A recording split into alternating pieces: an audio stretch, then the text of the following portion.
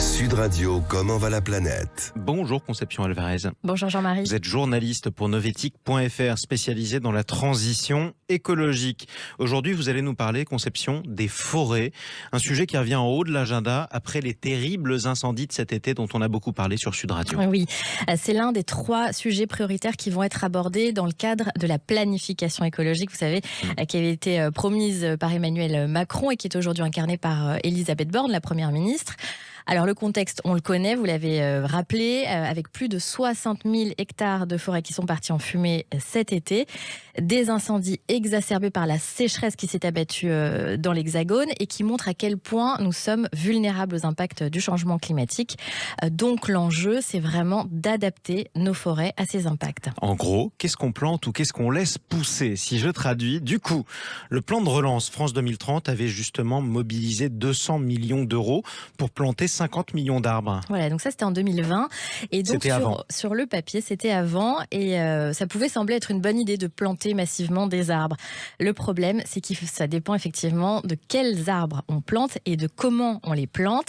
Et donc, ce qu'a fait une ONG qui s'appelle Canopée, c'est qu'elle a enquêté pour voir ce qu'avait permis de faire ou non le plan de relance. Donc pendant un an, elle est allée regarder où est allé cet argent public. Et finalement, il apparaît que cet argent a financé massivement, à plus de 80%, des coupes rases et des plantations en monoculture et des plantations de Douglas notamment. C'est un pin originaire d'Amérique du Nord qu'on a importé en France. Il a la particularité de pousser très vite, de façon uniforme. Donc on parle vraiment de plantation. Comme ils se ressemblent blé, tous, ils sont en rang d'oignons, voilà. Exactement. On parle vraiment de plantation, pas de forêt.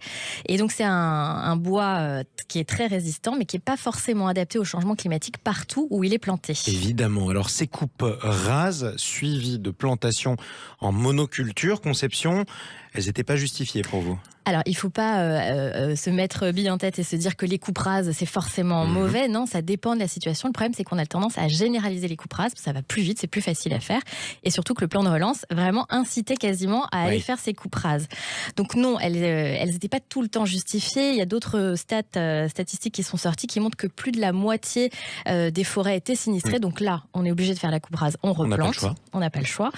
Mais dans d'autres cas, on peut faire autrement. Mais ça implique du temps parce qu'il faut aller dans la forêt, regarder quels arbres sont morts ou pas, pour décider de faire des petites coupes partielles en fait.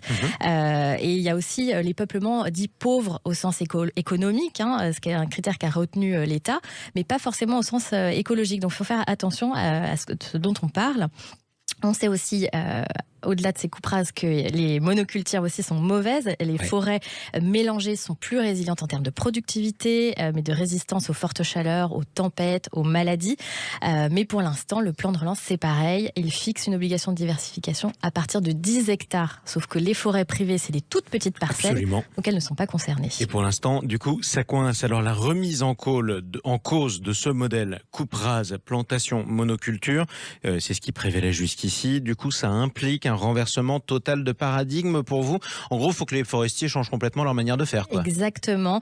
Mais ce qu'on voit, donc au-delà des moyens financiers mis sur la table, c'est qu'il faut aussi des moyens humains. Et l'Office national des forêts, en 20 ans, a perdu la moitié de ses effectifs. Aujourd'hui, un agent est en charge de 1700 hectares contre 800 à l'époque. Donc vous voyez très bien que ce travail de détection au cas par cas est rendu beaucoup plus compliqué. Du coup, début août, après les incendies, une commission sénatoriale a demandé au gouvernement de revenir sur les 500 suppressions de postes qui étaient prévues à l'ONF d'ici 2025. Alors un mot pour finir aussi sur la forêt de la Teste de Buch. On en a parlé cet été, elle a été ravagée par des incendies. Et alors justement, là, les forestiers sont en train de mener ce travail de détection. Il y a beaucoup de bois qui est coupé, mais on va aussi voir ce qui va se passer sur 1 ou 2 ans pour voir quelles espèces poussent. Alors bien sûr, le pin maritime, très dénoncé parce que très inflammable, va rester l'espèce dominante. Mais aussi, on va introduire du chêne-liège qui est plus résistant aux incendies. Et donc l'idée, voilà, c'est de ne pas répéter les mêmes erreurs et de diversifier. Plus on varie, plus on diversifie les arbres qu'on a laissés pousser dans la forêt ou qu'on a plantés, moins les forêts sont vulnérables soit aux maladies, soit aux incendies. Et ça, c'est la leçon à retenir notamment de cet été, parce que des incendies, il y en aura de plus en plus et de plus en plus grands dans nos forêts du fait du changement climatique. Merci Conception Alvarez. Merci. Vos analyses à lire et à relire sur novetic.fr. À bientôt. À bientôt.